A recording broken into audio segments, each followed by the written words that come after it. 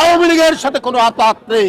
16 বছরের নিরন্তর সংগ্রাম, আপোষহীন সংগ্রাম, গণতন্ত্র ফেরানোর সংগ্রামের এক গণতন্ত্রের প্রতীক, গণতন্ত্রের মা দেশনেত্রী বেগম খালেদা জিয়ার নেতৃত্বে অনুষ্ঠিত হয়েছে।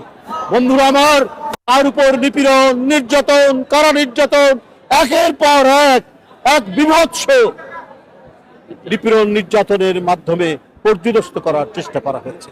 কিন্তু তার অটুট মনোবল, তার দৃঢ়তা এবং গণতন্ত্রের প্রশ্নে তার যে দীর্ঘদিনের আপোষহীন নেতৃত্ব, সেখান থেকে তাকে বিচলিত করতে পারেনি আপনার ভয়ঙ্কর ফাঁসিবাদীর দুঃশাসনের প্রতীক শেখ হাসিনা।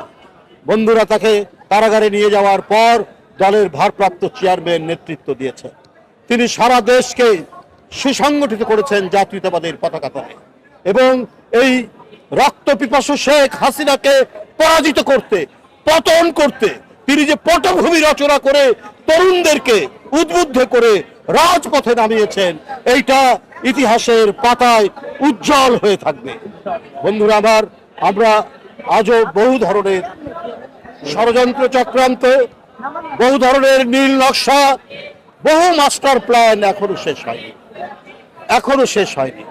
আমার কথা হচ্ছে যে আজকে যারা 28 লক্ষ কোটি টাকা পাচার করলো, যারা নিজেদের দুঃশাসন টিকিয়ে রাখার জন্য আনাপ, ওয়াসিম আকরাম, আবু সাইদ, মুগ্ধ, যে তার নিজে গুলিবিদ্ধ হয়ে তার বন্ধুদেরকে বলছে পানি লাগবে পানি, এই যে আত্মত্যাগের এক মহান নমুনা, মহান নিদর্শন, তার মধ্য দিয়েই গণতন্ত্র ফেরানোর পথে আমরা অগ্রসর হয়েছি। বন্ধুরা, তো সুতরাং তাদের রক্ত যেন বৃথা না যায়, তাদের রক্ত কখনোই বৃথা যেতে দেওয়া হবে না।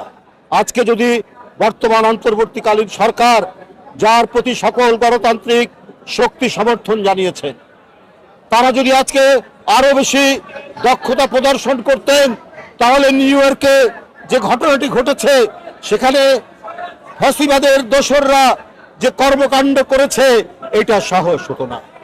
আজকে দুদক, দুর্নীতি দমন কমিশন, আপনারা যদি সেই দোসররা, যারা জনগণের টাকা, যারা জনগণের অর্থ আত্মসাৎ করে নিউ ইয়র্কে, লন্ডনে, দুবাইয়ে, কানাডায়, অটোয়ায়, সিডনিতে বাড়ি বানিয়েছে, অনেক সম্পদ তৈরি করেছে, আপনারা জানেন, খবরের কাগজে উঠছে। প্রধানমন্ত্রীর ভাগ্নি, প্রধানমন্ত্রীর আত্মীয় স্বজন থেকে আওয়ামী লীগের মন্ত্রী এমপিরা, কারো 602টা সম্পদ পাওয়া গেছে, কারো ফ্ল্যাট পাওয়া যাচ্ছে, অজস্র টাকা পাওয়া যাচ্ছে। দুর্নীতি দমন কমিশন কোর্ট থেকে, আদালত থেকে আপনার 24,824 কোটি টাকা একবারে স্পেসিফিক ভাবে উদ্ধারের জন্য বলেছে। বাইরে দুর্নীতি দমন কমিশন সেখানে যে টাকাগুলো আছে উদ্ধার করবে, কিন্তু এই দুর্নীতি দমন কমিশন এমনই অথর্ব, এখনো পর্যন্ত কোন দোষরের শাস্তি দিতে পারেনি, সেই টাকাগুলো উদ্ধার করতে পারেনি। যারা শেয়ারের নামে টাকা কিনেছে, যারা অবৈধভাবে জমি কিনেছে, যারা ব্যাংকের ডিপোজিট করেছে, সেগুলো তো বাংলাদেশে যেগুলো আছে সেগুলো তো আছেই, কই তার বিরুদ্ধে একটাও দৃষ্টান্তমূলক কোনো বিচার আমরা দেখতে পেলাম না। অর্থাৎ দুর্নীতি দমন কমিশন সক্রিয় নয়, তারা অথর্ব হিসাবে কাজ করছে। বন্ধুরা আমার, এই পরিস্থিতি তো জনগণ দেখতে চায়নি, এই অবস্থা তো মানুষ দেখতে চায় না। আজকে এই সরকারের আমলে কেন, যখন হাসিনা নেই, আওয়ামী লীগের পুলিশ নেই, ছাত্রলীগ নেই, হেলমেটধারীরা নেই, তাহলে এই 1 বছরে প্রায় দ্বিগুণ অপহরণ হয়েছে, কেন আইন শৃঙ্খলা পরিস্থিতির অবনতি হবে, এটা তো জনগণ জানতে চায়।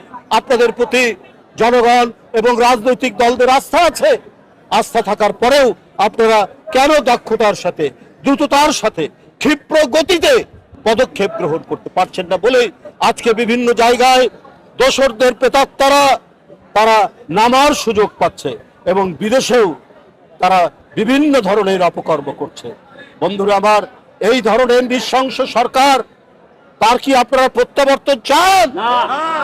তাহলে এখন থেকেই জনগণকে সাথে নিয়ে আগামী নির্বাচনে কাজ করতে হবে, যে আর যাতে যারা দেশের টাকা আত্মসাৎ করে তাদের কমপক্ষে 20 প্রজন্ম বিদেশে সুখে শান্তিতে থাকতে পারে সেই ব্যবস্থা করেছে।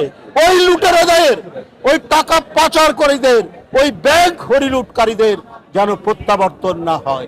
ওই মানুষ খুন করে, ছাত্র খুন করে, শিশুকে খুন করে যারা ক্ষমতা ধরে রাখতে চেয়েছিল, তাদের ওই খুন, ওই রক্ত এখনো শুকায়নি। তাই আওয়ামী লীগের সাথে কোনো আতাত নেই। আওয়ামী লীগের সাথে যারা তাকে সহযোগিতা করেছে তাদের জন্য খোলস খুলে নতুন ভাবে আত্মপ্রকাশ করতে না পারে, আমাদেরকে সেই দিকটাই দেখতে হবে। জীবন অবাক না করলে কে করবে? 28% মিল্ক ফ্যাটের অবাক করার সাথে ফ্রেশ মিল্ক পাউডার। জীবন অবাক করুক প্রতিদিন।